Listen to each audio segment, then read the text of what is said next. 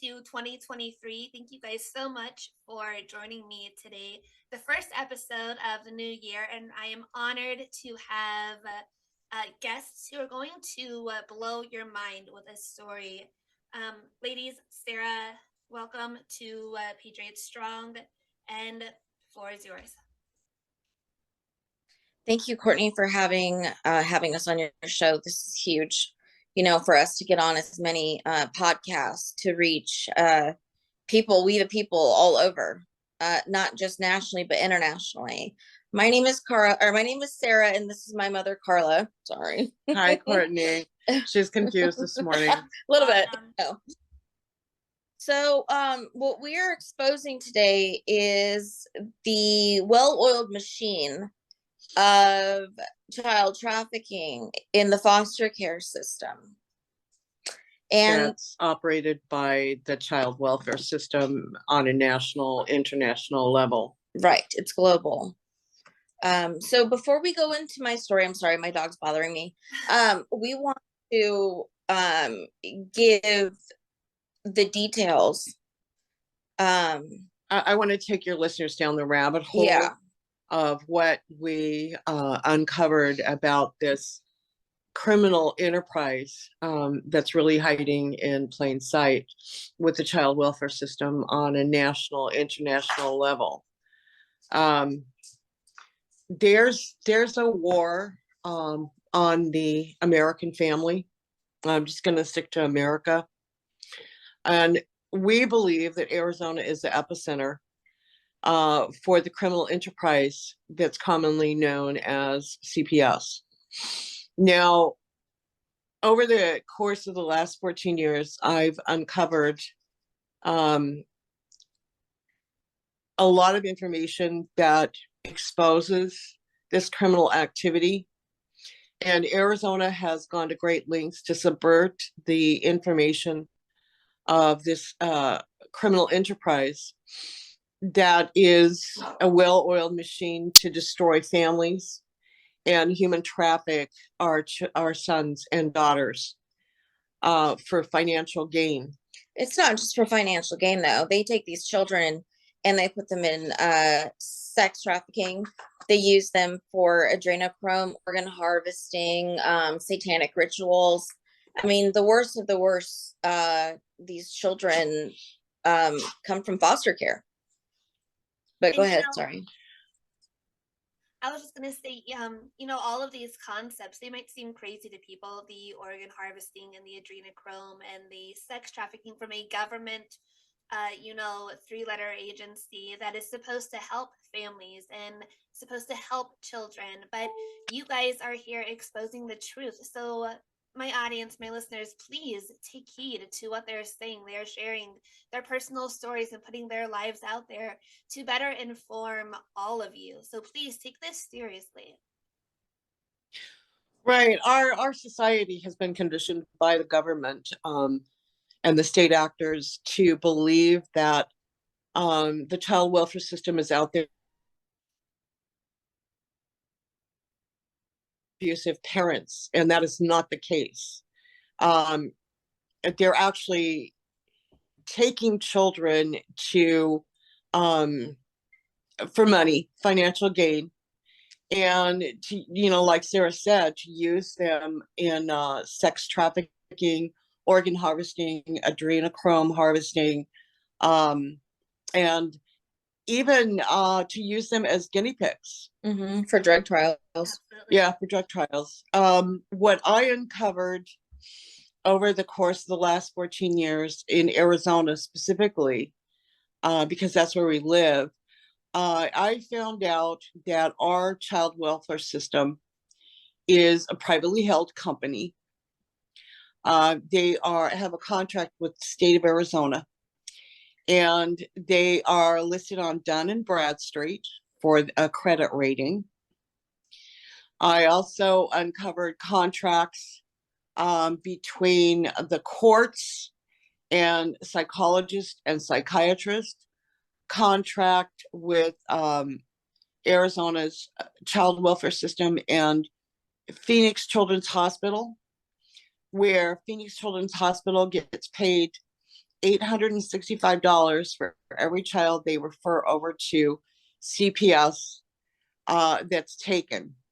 And they can use these children as guinea pigs. The federal government, the U.S. Department of Health and Human Services, they have rules and regulations and laws for children who are in the custody of the state. Most people don't know this, but the Code of Federal Regulations, Title 45 of the Public Welfare by the Department of Health and Human Services, and the code is 46.409, and it states, children who are wards of the state or any other agency, institution, or entity can be included in research, medical research. Wow. You know, I mean, this is an absolute atrocity that our federal government, well, we know that they're comprised of all swamp creatures anyway, that they would allow these children to be used as guinea pigs. Arizona, as a matter of fact, is the only state in the United States of America that allows children to be taken based on probable cause. So if you have dirty dishes in your sink, or you haven't folded your laundry, these child welfare workers who are not licensed as social workers can come in and with police force and take your son and take your daughter.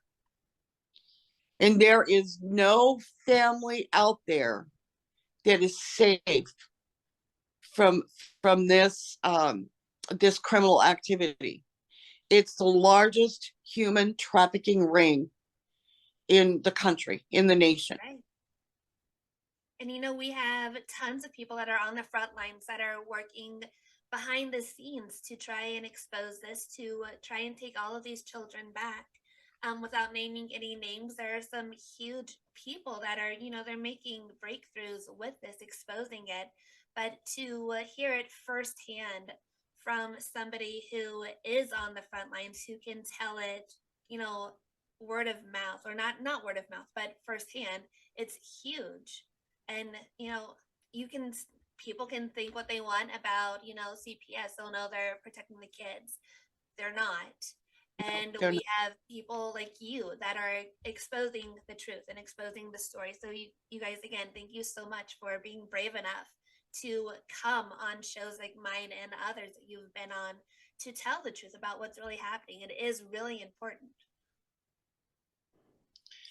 Well, the one thing that I want to stress, if your listeners ever have a social worker come to their door and wanting to physically come in and inspect their children, get your cameras out, because they will run like cockroaches in the kitchen when you turn the light on in the middle of the night.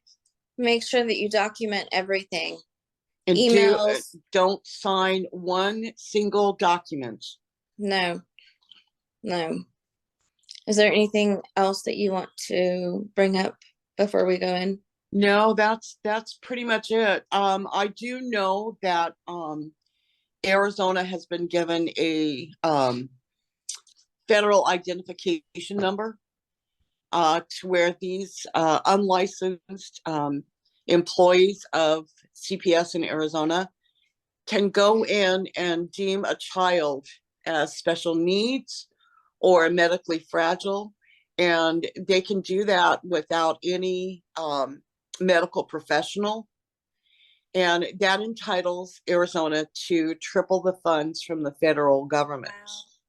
Wow. Mm-hmm. Yeah. Also, something else, TGen is a what do you call it?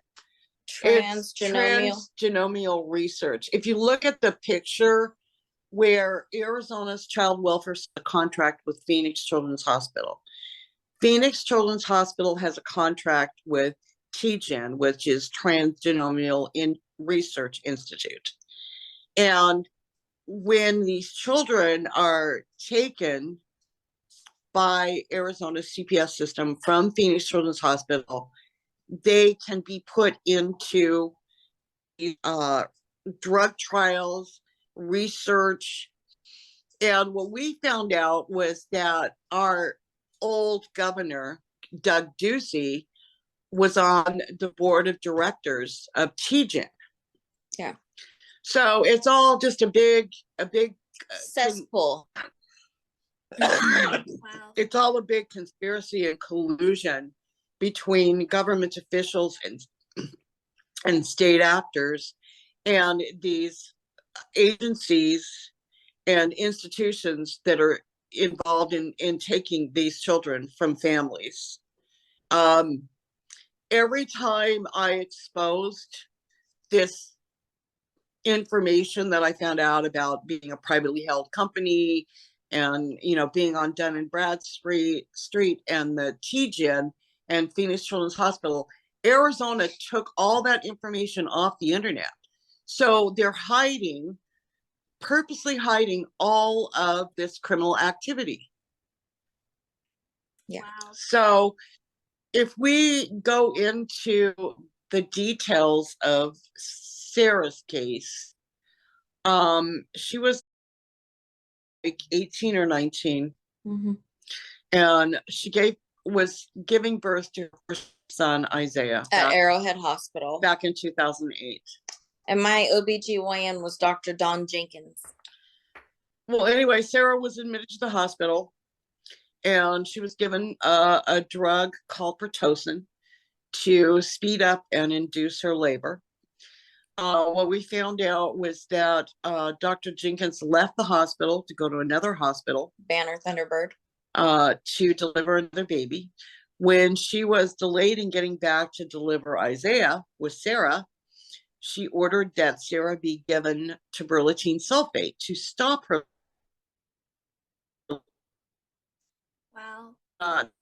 deliver Isaiah naturally. And ultimately the cord was wrapped around his neck like 2 or 3 times. So he was being asphyxiated in the womb.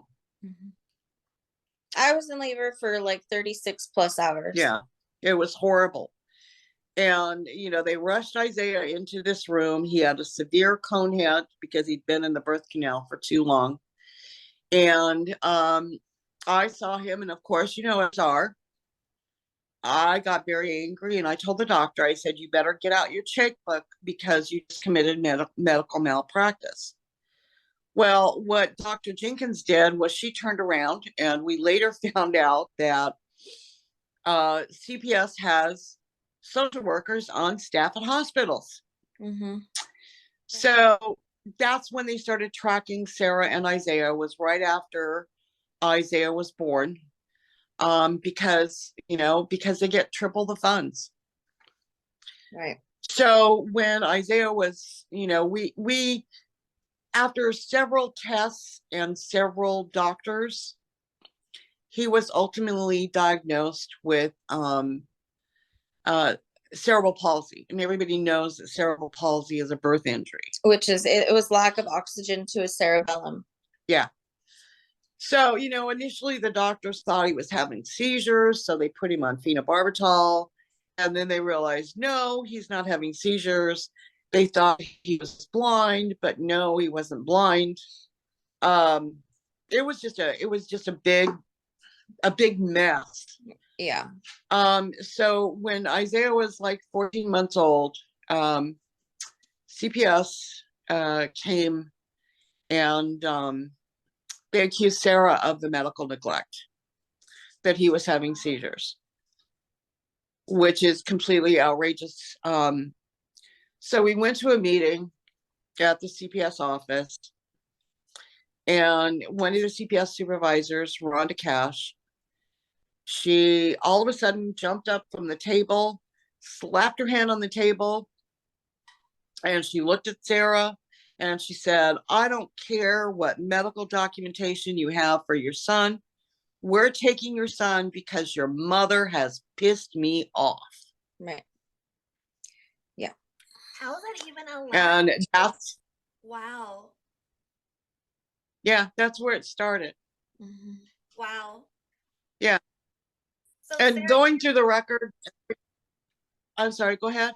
no, I was just gonna ask Sarah, what are your thoughts whenever this was happening? What was going through your mind whenever, this social worker had just said this to you?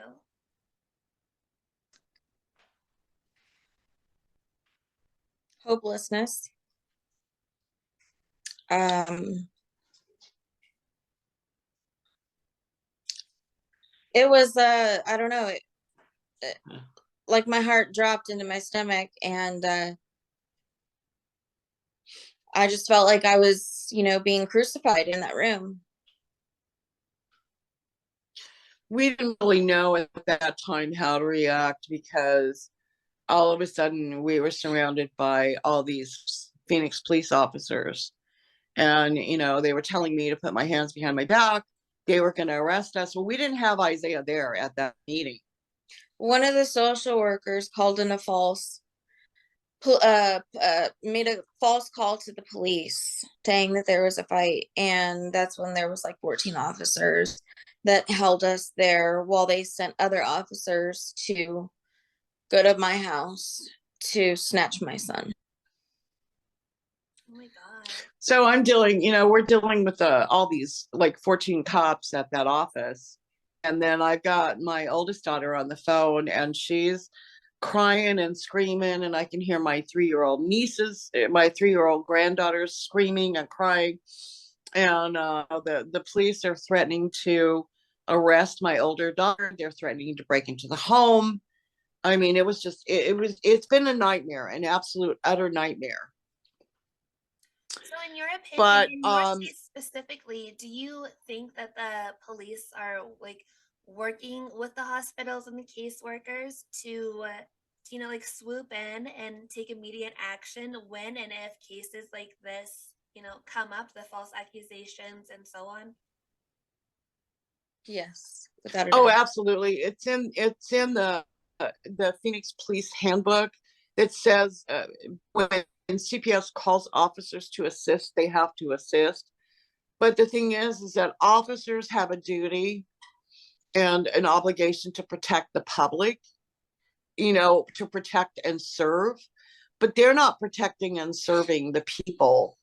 They're protecting and serving these CPS workers that are violating the Fourth Amendment right. Because in order for CPS to come and take your child, they have to have probable cause. And if they come without a pickup order or a warrant, that child has to be in immediate danger. And none of Sarah's children, none of her boys were in immediate danger. They didn't have any probable cause, and they didn't have any pickup orders or warrants. I mean, you know, So after they took Isaiah, um, we have a court hearing, right, with Judge Kathy Holt. Now, I want to let everybody know that in my case, with all 4 of my sons, there's 35 judges. And this goes up to Peter Thompson, Brian Ishikawa, Judge Christopher Corey, Joan Sinclair, Kathy Holt.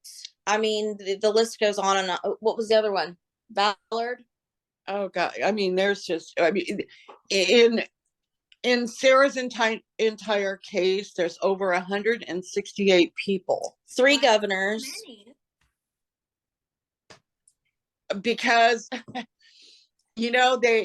we one court case actually turned into 17 court cases.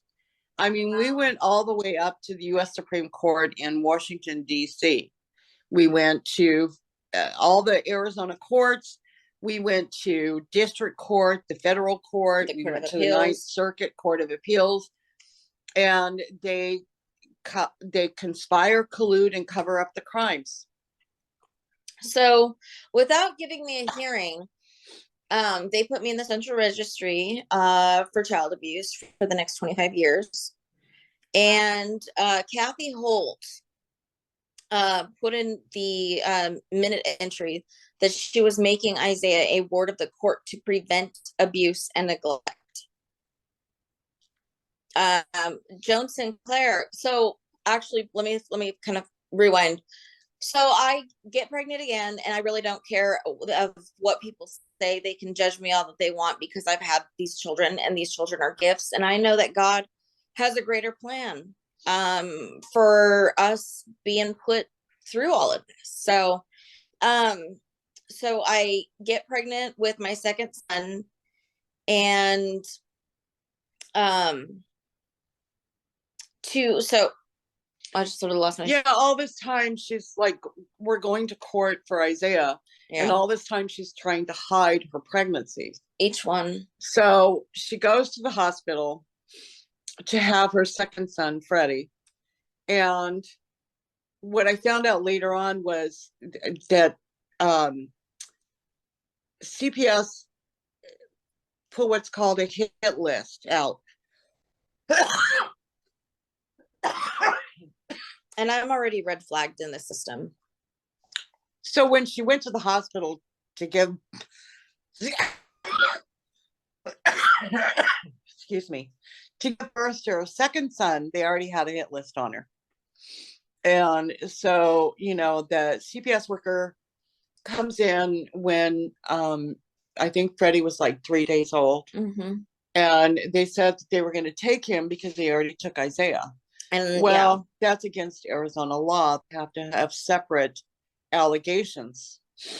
So they documented that Sarah's second son was born clean and drug-free. But when they took him, when they wrote the report to the court, they accused her of substance abuse. Mm-hmm. And they already knew. It's just like what they did with Isaiah. In December of 2008, they went in and accessed Isaiah's medical records and saw that he was seeing all these medical doctors. And it's in a note. But when they filed the documents with the court to take Isaiah, they accused her of medical neglect, saying that she hadn't taken him to a doctor. It's all fraud and fabrication. And, you know, when you're accused of a crime that's purposely fabricated, it violates your right to procedural due process. Right. You know, you can't be accused of something that is completely fabricated. I mean, that's a violation of your civil rights. So then we go to a meeting over her second son, and they tell Sarah, and we got smart this time. We started recording things. Mm-hmm. So we're sitting in this meeting with all these social workers and everybody, and they're telling Sarah, and she just got out of the hospital, you know, from a C-section. And they're telling her that she has to go give custody of the baby to the father, or they're going to take the baby. And I told her, I said, don't you dare. Don't you dare. What they were going to do was they were going to say that I willingly gave over my rights. And then they were going to go into with the father and terminate his rights. And because I didn't do that, the cops swarmed our house, and that video is on YouTube. Oh yeah, all the cops. I mean, you would have thought that we were Bin Laden or somebody, because the cops surrounded our home. They're pulling on the screen door. They're saying, pick the lock. And then a sergeant got mad because, oh, she's spouting off her Fourth Amendment right. Like, it doesn't matter to them. So then we fast forward and we go to my third son. Well, we took off to Oklahoma so I can have a safe delivery. There were complications with that pregnancy. I had to go in for an emergency C-section because I was leaking amniotic fluid. I went from a 7 to a 2. So I had to go in for an emergency C-section. Well, they looked into the doctor's reports from my OBGYN in Arizona, and there were the 3-letter words, because, you know, we were upfront with my doctor.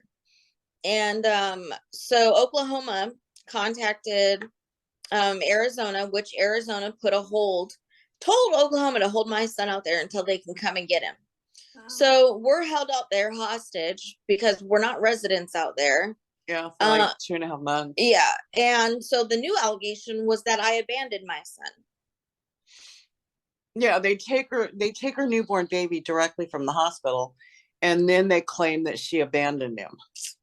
So then we fast forward to my fourth son, Jaden. I went to Estrella Hospital out in Arizona. And I went incognito, anonymous, so that, we pretended like we didn't want the dad to know because we didn't want CPS to know. I gave, I had another C-section, and so this time I did not give him a birth certificate or a social security card, because when you do that, they become property of the state that they're born in. They're not even yours. Yep. They're owned by the government. Yeah, but we didn't get a birth certificate with Freddie or Josiah either. Oh, I don't remember that. Yeah, we didn't. But anyways, and to let everybody know, because I know people have questions about the fathers. The first one, the father of Isaiah, didn't even know, was never in the picture. He actually got in contact with me and, went to court one time. They did a DNA test. They lied to him and said that he was not the father, and then they terminated his rights without him knowing. So then the father of my other three children, Freddie, Josiah, and Jaden, has never fought for the children. He is the reason that Jaden got taken from me. Him and this girl, Ashley Sharilla, made a false CPS report on me because the dad was on drugs, and I told him it was not a good idea that he came around. So out of retaliation, boom. They called in a false police report, or a false report to CPS, saying that Sarah was on heroin and she was selling heroin from our home. And we didn't live at that address. Yeah, when I went through the records, I found out that this social worker, Michael Messinas, whose previous employment used to be a sales clerk at Old Navy, because Sarah was getting medical assistance from the state because she was unemployed. He went in there and found our old, Ashley Sharilla and the father, Freddie, the father, gave them our old address. They didn't know that we had moved. So in the CPS records, it shows that they went out there and it was vacant. But then it shows that this Michael Messinas went into Sarah's medical benefits and found our new address. So then here the police storm our house to take Jaden when he was like 7.5 months old.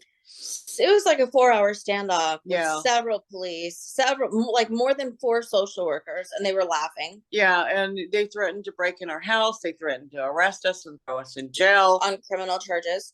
But one of the cops, Brian Kudret, he wrote a police report that day. And he said in the police report that he saw no signs of abuse or neglect. So when Michael Messinas and his co-conspirator wrote the report to the court, they said mother has been diagnosed with bipolar disorder and schizophrenia. Mother has been using heroin during her pregnancy, and she doesn't want to stop using heroin. And in the same report, it says mother has not been interviewed at this time. So, and these judges are so ignorant, or they're bought and paid for, or they're threatened. I mean, they let these reports go through. It's absolutely ridiculous. And with Isaiah, they took Isaiah to one of his neurologists, Dr. Kevin Chapman, at Barrows Neurological Institute, 6 weeks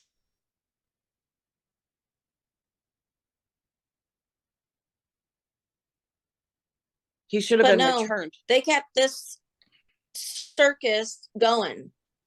Yeah, we went to court from 2009 to 2009 to 2015 and got absolutely nowhere. So we've been doing a lot of advocating. I sent you the links that will take everybody directly to the evidence. As of now, we, going from victims to survivors to warriors to whistleblowers, we've dedicated our lives to this because we know that this is the mission that God has put us on. So our mission is to completely destroy child protective services and these corrupt government officials, politicians, elites, globalists, whatever you want to call them, the one world government, from preying on children and families and destroying families. Yeah. So they can look at that. We have gathered a total of 37 Arizona families. The evidence is attached. We spoke at the Tucson Truth Tour. Lewis Herms was hosting it. That was in October. Mm-hmm. You guys, your listeners can Google our names, and we're all over the internet. There's a bolo. There's a be on the lookout in every court with her photo on it. Yeah, I was exposing these judges that were legislating from the bench, and they tried to get me for contempt of court, and they were trying to throw me in jail, and I won because I proved that Judge Joan Sinclair lied. But the other thing I want to get to is when Judge Christopher Corey unlawfully terminated Sarah's parental rights to her first two sons, Isaiah and Freddie. He said in there that terminating her parental rights would speed up the adoption. No, it would benefit the children because the children are adoptable. Okay, well, which judge was the one that said? When Judge Brian Ishikawa, unlawfully terminated her rights to oh my goodness, I don't know. I'm under the weather today. Mm-hmm. When Judge Brian Ishikawa unlawfully terminated her rights to her third son, Josiah, he said terminating mother's parental rights will speed up the adoption process. With Joan Sinclair, we went to court that day. It was January 6th of 2015, I think, or 14. And we filed a court document that morning, and to prove that we were there. She locked us out of the courtroom, and then she terminated Sarah's parental rights. But Sarah asked Joan Sinclair in a previous court hearing, she says, you've got a fiduciary duty to be a trustee of the law. Basically, Joan Sinclair said that it's not a matter of evidence because I asked her, what about the evidence? She said it's not a matter of evidence, ma'am. So she terminated my rights. But before we end this, I want everybody to know that Mark Spencer, who works for Tom Fenton at Judicial Watch, is the uncle of Sidney Spencer Nixon, who adopted my youngest son, Jaden. And Tom Fenton and Mark Spencer know about this, and Tom Fenton continues to cover this up. We also have a Give Send Go. If anybody feels led to donate, even if it's $5, because the government's still trying to silence us. And well, we reported identity theft and reported all these government officials and the adoptive parents to the IRS. We have a case pending in a class action lawsuit. We also have a case pending in the U.S. Supreme Court as a class action lawsuit, and we're not done yet. But fighting this case has really sent us into financial ruin. We lost our home. I'm retired now. I have congenital heart failure. So it's really taken a toll on our family. And, You know, if any of your listeners feel compelled to help us, because we're not done yet. We're not going to quit until God says the war's done. Oh, hell no. No, we're in this to the very end. But we want to thank you, Courtney, for having us on. And hopefully we can come on again to, Absolutely. you know, as many times as we need to come on to give details, and, you know, for those that want to hear more. Yeah, and you have Well, my we have number. new guards. What? I was just gonna say, Sarah, you have my number. You're always welcome to come on. Just send me a text. We'll do updates. You can share more about how people who might be going through the same thing can follow in your footsteps and fight this. You know, parents are fighting for their children every day in all aspects, you know, at schools and personal life and now CPS. So you guys, again, thank you guys so much for joining me. And Sarah, thank you for sharing your story. I will link the Thank Give you. and Go and all of the links and information that you had sent. You guys, God bless you for what you're doing and keep up the good fight. God bless you too. Thank you so much. Thank you, ladies. Thanks, honey. Have a wonderful day. You too. Bye-bye.